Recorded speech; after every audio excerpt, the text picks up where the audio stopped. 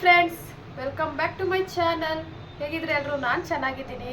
ಇವತ್ತು ಏನಪ್ಪ ಅಂದರೆ ಇವಾಗ ನೈಟಿಂದ ವ್ಲಾಗ್ ಮಾಡ್ತಾ ಇದ್ದೀನಿ. ಮಧ್ಯಾಹ್ನ ಫಂಕ್ಷನ್ಗೆ ಹೋಗಿದ್ವಿ. ನಮ್ಮ ಮನೆದೊಂದು ಸೌಂಡು, ಅದು ಯಾವಾಗಲೂ ಸೌಂಡ್ ಮಾಡಲ್ಲ, ಅವಾಗವಾಗ ಅಷ್ಟೇ. ನಮ್ಮ ಮನೆಯವ್ರು ಹಂಗೆ ಅವಾಗವಾಗ ಸೌಂಡ್ ಮಾಡ್ತಾ ಇರ್ತಾರೆ. ನಮ್ಮ ಮನೆಗೆ ಒಬ್ರು ಗೆಸ್ಟ್ ಬಂದವ್ರೆ ಇವತ್ತು. ಅವ್ರಿಗೋಸ್ಕರ ನಾವು ಸ್ಪೆಷಲ್ ಅಡುಗೆ ಮಾಡ್ತಾ ಇರಬೇಕು. ಸ್ಪೆಷಲ್ ಅಂದರೆ ಏನು ಆ ಥರ ಚಿಕನ್ ಮಟನ್ ಈ ಥರ ಏನು ಕೇಳಲ್ಲ ಅವರು. ಅವ್ರದ್ದು ಏನಿದ್ರು ಬರೀ ಚಪಾತಿ ದೋಸೆ ಈ ಥರದ್ದೇ. ಮನೆಗೆ ಡೈಲಿ ಹೆಂಚು ಕಾಯ್ತಾ ಇರಬೇಕು ಅವ್ರು ಬಂದರೆ. ಇವರೇ ನಮ್ಮ ಮನೆ ಗೆಸ್ಟು.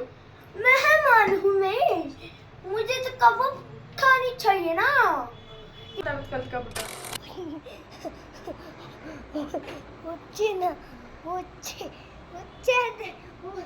ಸರಿ ಹೋಗೋಣ ಅಂತ ನಾನು ರೆಡಿ ಆಗ್ತಾ ಇದ್ರೆ ನನ್ನ ಮಗ ಕ್ರೀಮ್ ಎಲ್ಲ ಮಕ್ಕಕ್ಕೆ ತೀಡಕ್ಕೆ ಬಂದ್ಬಿಟ್ಟು ತಲೆಯೆಲ್ಲ ಕೆಡ್ಸಾಕ್ಬಿಟ್ಟ. ಅದಕ್ಕೆ ಹುಚ್ಚಿ ಅಂತವನೇ. ಸರಿ ಅಂತ ರೆಡಿ ಆದ್ವಿ. ನಮ್ಗೆ ಹೆಂಗೆ ಬೇಕೋ ಹಂಗೆ ರೆಡಿ ಆಗಿದ್ದೆ. ನನ್ನ ಮಗನೂ ಕರ್ಕೊಂಡು ಬಂದೆ. ಗನ್ ಬೇರೆ ಹಿಡ್ಕೊಂಬಂದ್ಬಿಟ್ಟು ಅವನೇ ಕೈಯಲ್ಲಿ ಒಂದು. ಸರಿ ಕೊಡಬೇಕಲ್ಲ ಅಂದ್ಬಿಟ್ಟು ನಮ್ಮ ಮನೆಯವರು ಅಮೌಂಟು ಕೊಟ್ಟಿದ್ದರು. ಆ ಅಮೌಂಟನ್ನು ಮುಯ್ಕವರಲ್ಲಿ ಹಾಕ್ಕೊಂಡು ಬಂದ್ವಿ. ಹಳೆ ಮನೆ ಹತ್ರ ಫಂಕ್ಷನ್ ಇದ್ದಿದ್ದು. ಇವಳೆ ನನ್ನ ಫ್ರೆಂಡು. ಇವಳು ಮೇಕಪ್ ಎಲ್ಲ ಮಾಡ್ತಾಳೆ. ಮದುವೆ ಫಂಕ್ಷನ್ಸ್ಗೆಲ್ಲ ಮೇಕಪ್ ಮಾಡ್ತಾಳೆ. ಬ್ರೈಡಲ್ ಮೇಕಪ್ ಆ ಥರದ್ದೆಲ್ಲ ಮೇಕಪ್ಸ್ ಮಾಡಿಕೊಡ್ತಾಳೆ. ಇದು ಅವರು ಹೊಸ್ದಾಗಿ ಕಟ್ಸಿರೋ ಮನೆ. ಬನ್ನಿ ಮನೆ ಹೆಂಗಿದೆ ನೋಡ್ಕೊಂಬರೋಣ ಒಂದ್ಸಲ. ಇದು ಓಪನ್ ಕಿಚನ್ನು. ಡೂಪ್ಲೆಕ್ಸ್ ಮನೆ ಕಟ್ಸಿರೋದವರು. ಡೂಪ್ಲೆಕ್ಸು ಮತ್ತು ಅದ್ರ ಮೇಲೆ ಒಂದು ರೂಮ್ ಕಟ್ಸಿದ್ದಾರೆ. ಚೆನ್ನಾಗಿತ್ತು ಮನೆ ಅಂತೂ ನೋಡೋಕ್ಕೆ. ಎಲ್ಲರಿಗೂ ಅವ್ರವ್ರದ್ದೇ ಆದ ಒಂದು ಡ್ರೀಮ್ ಹೋಮ್ ಅಂತ ಇದ್ದೇ ಇರುತ್ತೆ. ಎಂಥವ್ರಿಗಾದ್ರೂ ನಮ್ಮದೊಂದು ಸ್ವಂತ ಮನೇಲಿ ಇರಬೇಕು ಅನ್ನೋದೊಂದು ಆಸೆ ಇದ್ದೇ ಇರುತ್ತೆ ಅಲ್ವಾ. ಹಾಗಾಗಿ ಅವರು ಒಂದು ಮನೆಯೆಲ್ಲ ಕಟ್ಸ್ಕೊಂಡಿದ್ರು. ಅಲ್ಲಿ ಅವ್ರ ಮಗ ನನ್ನ ಮಗನ ಗನ್ಬೇಕು ಅಂತ ಕೇಳ್ತಾ ಇದ್ದ. ಸರಿ ಬಿಡಪ್ಪ ಚೆನ್ನಾಗಿಲ್ಲ ಅಂತ ಸುಮ್ಮನೆ ಅದೇ ಸ್ಟೇರ್ ಕೇಸ್ ಹತ್ಕೊಂಡು ಮೇಲ್ಗಡೆ ಹೋದ್ವಿ. ಕೆಳಗಡೆ ಹಾಲು ಕಿಚನ್ ಅಷ್ಟೇ ಇರೋದು. ಮೇಲ್ಗಡೆ ಬಂದರೆ ಡಬಲ್ ಬೆಡ್ರೂಮು. 2 ಬಾತ್ರೂಮಲ್ಲೂ ಅಟ್ಯಾಚ್ ಟಾಯ್ಲೆಟ್ ಮಾಡಿಸಿದ್ರು. ಚೆನ್ನಾಗಿತ್ತು. ಟಾಯ್ಲೆಟು ಅಷ್ಟೇ ಫುಲ್ಲು ಶವರೆಲ್ಲ ಫಿಟ್ ಮಾಡಿಸಿದ್ರು. ಚೆನ್ನಾಗಿತ್ತು. ನನಗಂತೂ ಇಷ್ಟ ಆಯಿತು ಮನೆ ನೋಡಿ. ಈ ಮಂಚ ನೋಡಿ ಅಂತೂ ನಾವು ಒಂದು ಈ ಥರ ತೊಗೊಬೇಕಪ್ಪ ಫಸ್ಟೇ ಇತ್ತು ನನ್ನ ತಲೆಯಲ್ಲಿ ತೊಗೋಬೇಕು ಅಂತ. ಇದನ್ನು ನೋಡಿದ ಮೇಲೆ ಇದು ನನಗಿನ್ನೂ ತೊಗೊಬೇಕು ಅಂತ ಜಾಸ್ತಿನೇ ಇಷ್ಟ ಆಗೋಯ್ತು. ನಮ್ಮ ಮನೆಯವ್ರಿಗೆ ಬಂದು ಹೇಳ್ದೆ ತೊಗೊಬೇಕು ಈ ಥರದಂತ. ಇನ್ನು ನೆಕ್ಸ್ಟು ಸೆಕೆಂಡ್ ಫ್ಲೋರ್ಗೆ ಹೋದರೆ ಅಲ್ಲೊಂದು ರೂಮು. ಆಮೇಲೆ ಇವರು ಫೋಟೋ ಎಲ್ಲ ತೆಗ್ಕೊತಾ ಇದ್ರು. ಸರಿ ಅಂತ ನಾನು ಅಲ್ಲಿಗೆ ಹೋದರೆ ಇವಳು ನನ್ನ ಫ್ರೆಂಡು ಹಂಗಿದ್ರು ನೀನೇ ಇದೆಯಲ್ಲ ಫೋಟೋ ನೀನೇ ತೆಕ್ಕೊಟ್ಬಿಡು ಅಂತ ಹೇಳಿ ಫೋನ್ ಕೈಲಿ ಕೊಟ್ಟು ಫೋಟೋ ತೆಗೆಸ್ಕೊಂಡ್ರು. ಹೆಣ್ಮಕ್ಳು ಮೇಕಪ್ ಮಾಡ್ಕೊಂಬಿಟ್ರೆ ಫೋಟೋ ತೆಗೆಸ್ಕೊಳ್ಳೋದು ಒಂದು ಹುಚ್ಚು ಅಲ್ವಾ. ಹಂಗೆ ತೆಗೆಸ್ಕೊಂಡ್ರು. ಇಲ್ಲಿ ನನ್ನ ಮಗ ತರಲೆ ತಿಮ್ಮ ಬಾ ಇಲ್ಲಿ ನಿಂತ್ಕೋ, ಇಲ್ಲೇ ಬಾ ಇಲ್ಲಿಗೆ ಬಾ ಅಂತ ಅವ್ನು ಯಾವಾಗಲೂ ಹಂಗೆ ಅವ್ನು ಹೇಳ್ದಂಗೆನೇ ಮಾಡ್ಬೇಕು ನಾವು. ಸರಿ ಅಂತ ಎತ್ಕೊಂಬಂದ ಕೆಳಗಡೆಗೆ. ಸರಿ ಊಟ ಮಾಡ್ಕೊಂಬಿಡೋಣ ಅಂತ ಬಂದೆ. ಹತ್ರ ಜನನೂ ಸ್ವಲ್ಪ ಕಡಿಮೆ ಆಗಿದ್ರು. ಸ್ಪೇಸ್ ಚಿಕ್ಕದಿರೋದ್ರಿಂದ ಸ್ವಲ್ಪ ಜಾಗದಲ್ಲೇ ಪೆಂಡಲೆಲ್ಲ ಹಾಕ್ಸಿದ್ರು. ಸರಿ ಅಂತ ಊಟಕ್ಕೆ ಕೂತ್ಕೊಂಡೆ. ಊಟ ಎಲ್ಲ ಚೆನ್ನಾಗಿತ್ತು. ಊಟ ಮಾಡಿದೆ. ನಾನು ಗಾಡಿಲೇ ಬಿಟ್ಬಿಟ್ಟು ಎಲ್ಲ ಹುಡ್ಕಾಡ್ತಾ ಇದ್ದೀನಿ. ಮತ್ತೆ ಗಾಡೀಲಿ ಹೋಗಿ ನೋಡಿದೆ. ಮತ್ತೆ ಗಾಡಿಲೇ ಇತ್ತು. ಸರಿ ಊಟ ಎಲ್ಲ ಮುಗಿಸ್ಕೊಂಡು ಮನೆಗೆ ಬಂದ್ವಿ. ಅಷ್ಟರಲ್ಲಿ ದೊಡ್ಡ ಮಗ ನಮ್ಮ ಮನೆಯವರು ಮನೆಗೆ ಬಂದಿದ್ರು. ನನ್ನ ಮಕ್ಕಳು ಆಟ ಆಡ್ತಾವ್ರೆ. ನಾನು ಅಡುಗೆ ಮಾಡ್ತಾ ಇದ್ದೀನಿ. ಅಡುಗೆ ಮಾಡೋಕ್ಕೆ ಪಾತ್ರೆಗಳೇ ಸಿಗ್ತಾ ಇಲ್ಲ ಸರಿಯಾಗಿ. ನಮ್ಮ ಮನೇಲಿ ಪಾತ್ರೆ ಇರೋದೇ ಸ್ವಲ್ಪ, ಎಲ್ಲ ಎತ್ತಿಟ್ಬಿಟ್ಟಿದ್ದೀನಿ.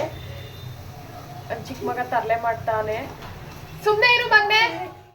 ಊಟಕ್ಕೆ ಅಡುಗೆಗೆ ದೋಸೆ ರೈಸ್ ಟೊಮೊಟೊ ಗೊಜ್ಜು ಮಾಡ್ತಾ ಇದ್ದೀನಿ. ಇವತ್ತು ಮಧ್ಯಾಹ್ನ ಏನು ಮಾಡಲಿಲ್ಲ, ಬೆಳಗ್ಗೆನೂ ಏನು ಮಾಡಲಿಲ್ಲ. ನಮ್ಮ ಮನೆಯವ್ರು ಊರಿಗೆ ಹೋದ್ರು. ನಾನು ನನ್ನ ಮಗ ಫಂಕ್ಷನ್ಗೆ ಹೋಗಿದ್ವಿ ಅಂತ ಹೇಳಿದ್ನಲ್ಲ. ಏನು ಫಂಕ್ಷನ್ ಅಂದರೆ ಗೃಹಪ್ರವೇಶ ಫಂಕ್ಷನ್ ಇತ್ತು. ನನಗೆ ಫಂಕ್ಷನ್ಗೆಲ್ಲ ಹೋಗೋದು ಅಂದರೆ ಸಖತ್ ಇಷ್ಟ. ಯಾಕೆ ಅಂದರೆ ನನಗೆ ಫ್ಯಾಮಿಲಿ ಅಂದರೆ ನಾನು, ನನ್ನ ಮಕ್ಕಳು, ನಮ್ಮ ಯಜಮಾನ್ರು ಅಷ್ಟೇ. ಹೋಗೋದು ಬರೋದು ಅಂದರೆ ಅಪ್ಪ ಅಮ್ಮನ ಮನೆಗೆ ಅಷ್ಟೇ ಹೋಗಿ ಬರೋದು. ನಮ್ಮ ಹಸ್ಬೆಂಡ್ ಫ್ಯಾಮಿಲಿ ಕಡೆ ನಾನು ಸದ್ಯಕ್ಕೆ ಹೋಗ್ತಾ ಇಲ್ಲ. ರೀಸನ್ನು ದಿನಗಳಲ್ಲಿ ಹೇಳ್ತೀನಿ. ಸರಿ ಫಂಕ್ಷನ್ಗೆ ಹೋಗೋಕೆ ಅಂದರೆ ನನಗೆ ಸಖತ್ ಇಷ್ಟ. ಫ್ರೆಂಡ್ಸ್ ಅಂತೂ ಯಾರೂ ಇಲ್ಲ ನನಗೆ ಹೇಳ್ಕೊಳಂಥ ಫ್ರೆಂಡ್ಸು. ಸೊ ಹಾಗಾಗಿ ಫಂಕ್ಷನ್ಗೆಲ್ಲ ಹೋಗೋದು ಕಮ್ಮಿ ನಾನು. ಅದಕ್ಕೆ ಇವತ್ತು ಹೋಗೋಣ ಅಂತ ನಾನು ನನ್ನ ಚಿಕ್ಕ ಮಗ ಹೋಗಿದ್ವಿ ಫಂಕ್ಷನ್ಗೆ. ನನ್ನ ದೊಡ್ಡ ಮಗ ಊರಿಂದ ಬಂದ ಇವತ್ತು. ಅವನಿಗೆ ರೈಸು ತಿನ್ನಲ್ಲ. ಅವನು ಹೇಳಿದ್ರೆ ಯಾರೂ ನಂಬೋದಿಲ್ಲ. ರೈಸು ತಿನ್ನಲ್ಲ ಅವನು. ಅವನಿಗೆ ಡೈಲಿ ಸ್ಪೆಷಲ್ಲಾಗಿ ದೋಸೆ ಚಪಾತಿ ಇಷ್ಟೇ ಅವನು ಊಟ. ದೋಸೆ ಮಾಡಬೇಕು ಇಲ್ಲ ಚಪಾತಿ ಮಾಡಬೇಕು. ಇವಾಗ ಬೆಳಗ್ಗೆ ಒಂದು ಕೆಲಸ ಮಾಡ್ಕೊಂಡೆ. ಬೆಳಗ್ಗೆ ಪಾತ್ರೆ ತೊಳಿಬೇಕಾಗಿತ್ತು. ತೊಳ್ಕೊಳ್ಳಿಲ್ಲ. ಸೊಪ್ಪು ಕ್ಲೀನ್ ಮಾಡಬೇಕು ಅಂತ ಹೇಳಿದ್ರು ಆಂಟಿಯವ್ರು ಫಸ್ಟೇನೆ, ನೀರೆಲ್ಲ ತುಂಬಿಸಿಟ್ಕೊಳ್ಳಿ ಅಂತ. ನಾನು ನೀರು ತುಂಬಿಸಿಟ್ಕೊಳ್ಳಿಲ್ಲ, ಸಂಜೆ ಹೆಂಗೋ ಬಿಡ್ತಾರಲ್ಲ ಅಂತ ನಾನು ಅಂದ್ಕೊಂಡಿದ್ರೆ ನೀರೇ ಬಿಟ್ಟಿಲ್ಲ. ನಾನು ನೋಡಿದ್ರೆ ಸ್ವಲ್ಪನೇ ಪಾತ್ರೆಗಳು ಇಟ್ಕೊಂಡಿರೋದು. ಈಗಿರೋದ್ರಲ್ಲಿ ಇರೋ ಪಾತ್ರೆಯಲ್ಲೇ ಮ್ಯಾನೇಜ್ ಮಾಡಿಕೊಂಡು ಅಡುಗೆ ಮಾಡ್ತಾ ಇದ್ದೀನಿ. ಊಟಕ್ಕೆ ಅಂತ 4 ಪ್ಲೇಟ್ ಇಟ್ಕೊಂಡಿದ್ದೀನಿ ಅಷ್ಟೇ. What happen? ಸೂಪರ್ ಆಗಿ ಬರ್ತೈತೆ ದೋಸೆ ಭರತ್. ಸೂಪರ್ ದೋಸೆ. ಎಲ್ಲಮ್ಮ ನೋಡು, ಓಹೋ ನೀರ್ ದೋಸೆ. ನೀರ್ ದೋಸೆ ಅಲ್ಲ. ನಾವು ಲೈಫಲ್ಲಿ ಇರೋದ್ರಲ್ಲೇ ಅಡ್ಜಸ್ಟ್ ಮಾಡ್ಕೊಂಡು ಹೋಗೋದನ್ನ ಕಲಿಬೇಕು. ನಾನಂತೂ ಅವತ್ತಿಂದನೂ ಹಂಗೇನೆ. ಅದು ಮದುವೆ ಆದ್ಮೇಲೆ ಮಾತ್ರ. ಮದುವೆ ಮುಂಚೆ ತುಂಬ ಆಟ ಮಾಡ್ತಿದ್ದೆ, ಅದು ಬೇಕು ಇದು ಬೇಕು, ಕೊಡ್ತಿಲ್ಲ ಅಂದರೆ ಕೋಪ ಮಾಡ್ಕೊಳ್ಳೋದು. ಆದರೆ ಈಗ ಅರ್ಥ ಆಗೈತು, ಮದುವೆ ಆದಮೇಲೆ ಇವಾಗ ಅರ್ಥ ಮಾಡ್ಕೊಂಡಿದ್ದೀನಿ. ಹಠ ಮಾಡಬಾರ್ದು, ಹಠ ಮಾಡೋದ್ರಿಂದ ಏನೂ ಇಲ್ಲ ಅಂತ ಅಂದ್ಬಿಟ್ಟು. ಆಮೇಲೆ ಇನ್ನೊಂದು, ನಾವು ಏನು ಅನ್ಕೊಂತೀವೋ ಅದನ್ನು ಆ ಟೈಮ್ಗೆ ಮಾಡಿ ಮುಗಿಸ್ಬಿಡ್ಬೇಕು. ಮಾಡೋದ್ರಾಯ್ತು ಬಿಡು, ಆಯಿತು ಬಿಡು ಅಂತ ಅಂದರೆ ಹಿಂಗೆ ಆಗೋದು. ಪಾತ್ರೆ ಇರೋದೇ ಸ್ವಲ್ಪ ನನ್ನ ಹತ್ರ, ಅದರಲ್ಲೂ ಎಲ್ಲ ತೊಳೆಯಕ್ಕೆ ಹಾಕ್ಬಿಟ್ಟು ಈಗ ಯಾವುದು ಇತ್ತೋ ಅದರಲ್ಲೇ ಮಾಡ್ಕೊತಾ ಇದ್ದೀನಿ. ಇರೋದ್ರಲ್ಲೇ ಅಡ್ಜಸ್ಟ್ ಮಾಡ್ಕೊಂಡು ಹೋಗ್ಬೇಕು. ಅದೇ ಲೈಫ್. ಅಡ್ಜಸ್ಟ್ ಮಾಡ್ಕೊಂಡೋದ್ರೆ ಜೀವನ ಎಂಥ ಲೈಫ್ ಆದರೂ ಸುಂದರವಾಗಿ ಚೆನ್ನಾಗೇ ಇರುತ್ತೆ. ಮನೆಯವ್ರು ನೀರು ತರಕಂತ ಆಚೆ ಹೋಗಿದ್ರು. ನನ್ನ ಮಗ ಐಸ್ ಕ್ರೀಮ್ ತರಕ್ಕೆ ಕೇಳಿದ, ತಂದ್ಕೊಟ್ಟಿದ್ರು. ನಾನು ಹತ್ರ ಬಂದು ಗಿಚ್ಚಿಸ್ಕೊಂತವನೆ. ರೆಡಿ ಆಯಿತು. ದೋಸೆಗೆ ನಮ್ಮ ಮನೆಯವ್ರಿಗೆ ಎಗ್ ಬುರ್ಜಿ ಬೇಕಂತೆ. ಅದೇನು ಕಾಂಬಿನೇಷನೋ ಏನೋ ನನಗಂತೂ ಗೊತ್ತಿಲ್ಲ. ಬಳ್ದಿರೋ ಪಾತ್ರೆಯಲ್ಲೇ ದೋಸೆ, ಎಗ್ ಬುರ್ಜಿ, ಆಮೇಲೆ ಟೊಮೊಟೊ ಗೊಜ್ಜು, ಸ್ವಲ್ಪ ರೈಸ್ ಎಲ್ಲ ಮಾಡ್ಕೊಂಡಿದ್ದೀನಿ.